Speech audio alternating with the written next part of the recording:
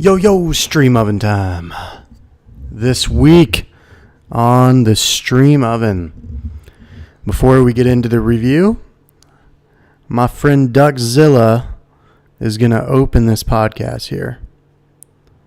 So let's give him a listen. This is for all of my Twitter fam, 200 followers. I love you guys so much. More than you thank you for helping me come out of my shell. Ducky out of the shell 2019.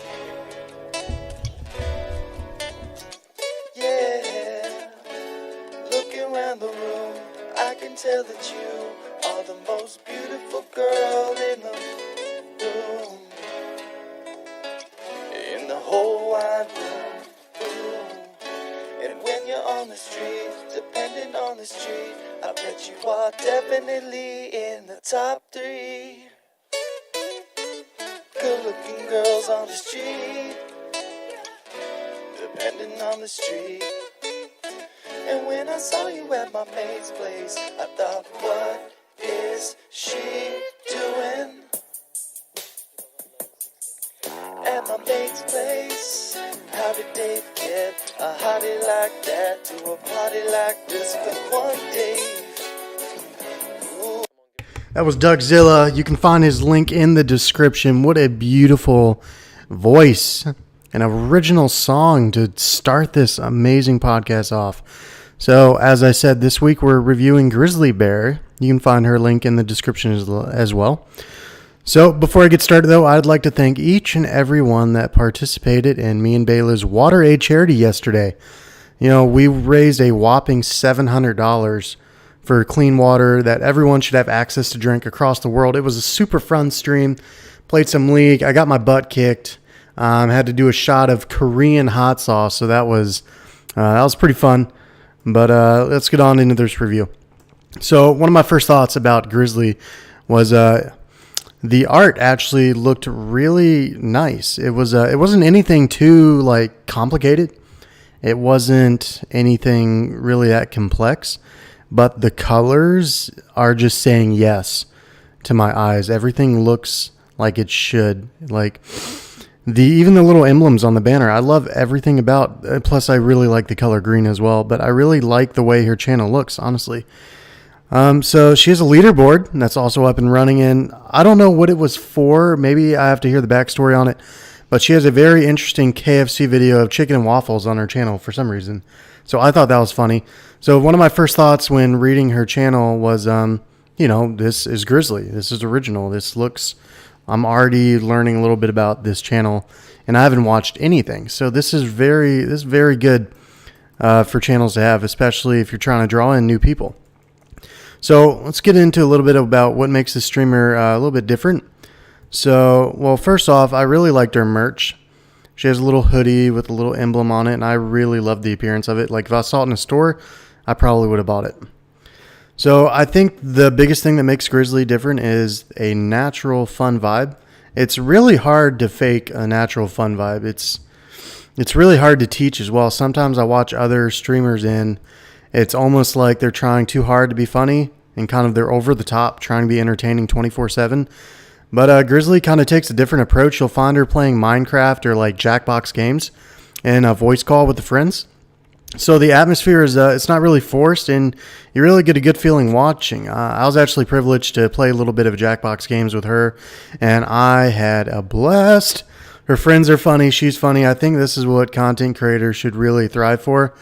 I look at her Twitter timelines and her previous videos, and, I don't really see a bot. It's not another stream. I actually have a reason to be there, and I think that is a huge benefit that she has going for her. From a writer's and a reviewer's point of view, it's not really a sympathy watch, not mainly for support.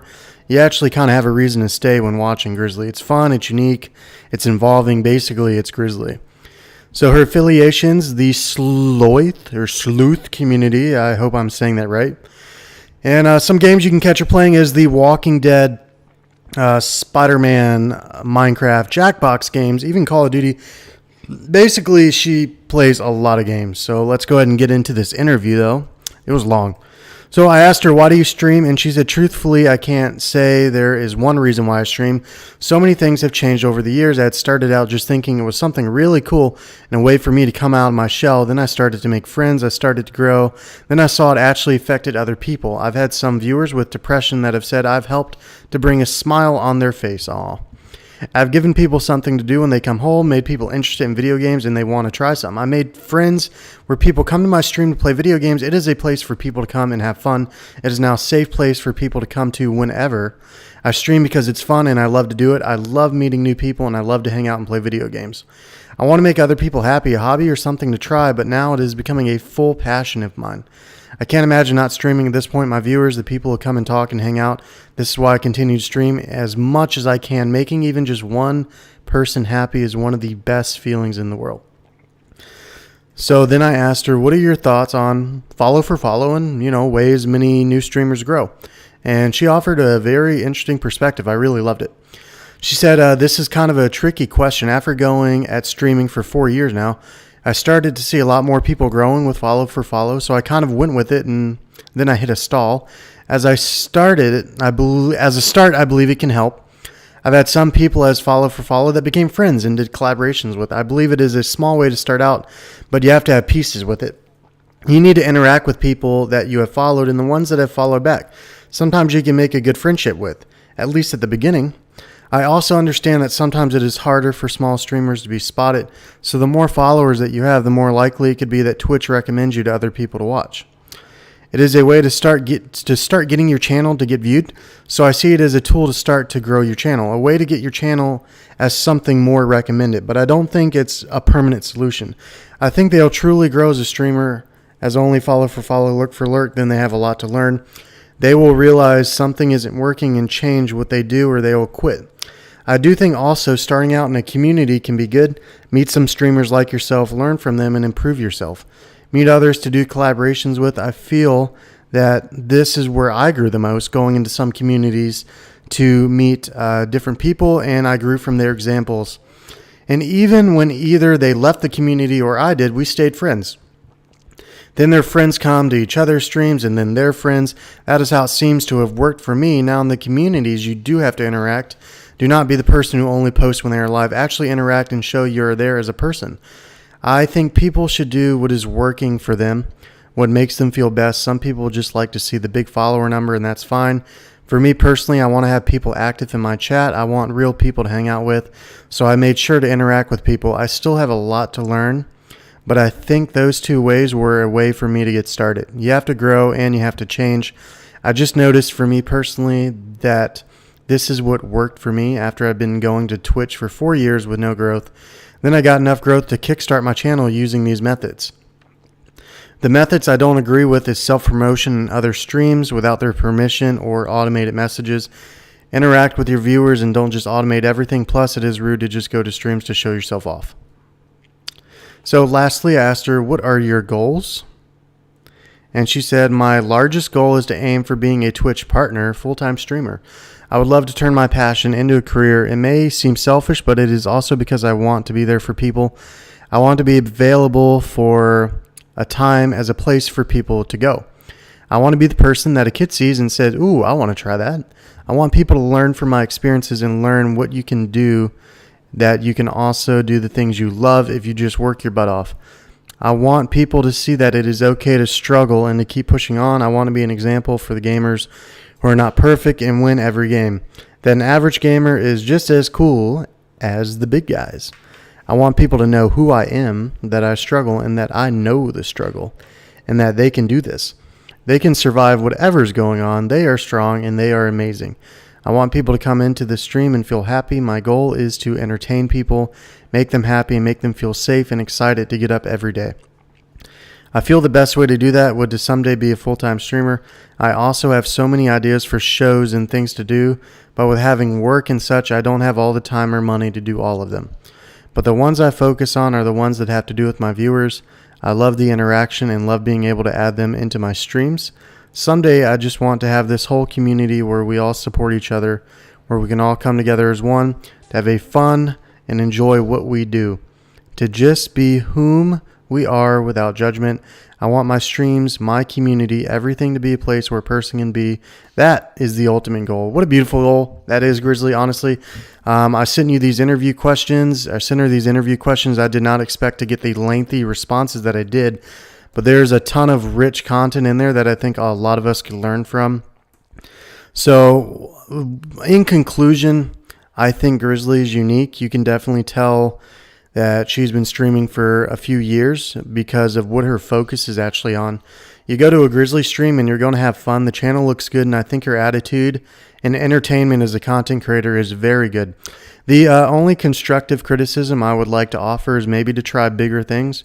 You have an amazing community, your stream is fun, and now is a critical point in your timeline as a streamer. Maybe a challenge, something crazy like a huge charity you feel passionate about, something to get that quote-unquote second ignition going in your streaming career. I see potential and think it's time to put yourself out there even more. So now for the StreamOven score. When giving a streamer an SOS, I consider three things: channel appearance, originality, and overall attitude/vibe in the stream. The max score someone can get is 10. Drum roll, please. Grizzly's StreamOven score is a whopping 8.5. This concludes the review, but let's talk about some extras. Gaming news. Before I talk about some gaming nonsense, if you're interested in becoming a writer for the blog, contact me via Twitter. Link in description. I'm looking for someone that can dedicate a decent gaming news article every week. Obviously, the credit would be given to the writer, and it would be a good opportunity for a little bit of exposure. So, Apex Legends, this game is still hugely popular in the streaming community. I, for one, love this game, and it seems it is the only game I'm playing at the moment. I ran a poll on Twitter, and about 79% of gamers think that Apex needs to be cross-platform and incorporate a ranking point system similar to Fortnite's. I first realized this game had the potential to be a competitive game when I played my first couple of Party 3 games. The movements you plan, character combinations, and FPS tactics are endless. In the multiple scenarios in Apex, I could definitely see this game becoming a competitive game. What do you think? Link in the description. I have a Twitter poll up. Feel free to go give it a look. It's proof that 79% of people thought that this game needs to be cross-platform, incorporate a ranking system. So here's the meme of the week. We all love auto DMs, right? So obviously podcast memes are not that interesting, so I will describe it. We have a businessman smiling with the wind blowing his hair back with his tie blowing in the wind. His name is Streamer1234 with 2 out of 10 subs for the sub goal, and he says, "Thank you for the follow. If you'd like, you can follow my Instagram, Twitch, Facebook, Grindr, Club Penguin, SoundCloud, Mixer, Microsoft, and join my Discord." So the topic of the week, thank you for following me. Please check out all my socials and follow. So my thoughts on this. I think this is sort of a message that needs to be addressed. I've been getting tons of these style of messages, especially this week. Don't get me wrong. I know it's kind of hard out there. On paper to some, I'm sure it sounds great. This person followed me. I'm sure I can grow by sending him all my social media platforms. You know, in theory, yes, I try to support the people I follow wherever and whenever I can. However, I just think we need to be a little more tactful about it. It is way better business to introduce yourself as a human first and not a product. 90% of the time, after I get to know someone, I go and follow their socials anyways. You'd be surprised what some personal conversations can do for someone's growth as a content creator. So that was just my 2 cents. Thank you for stopping by the StreamOven today. It's been your boy, Subcanus, and we got Ducky closing us out here. Love y'all.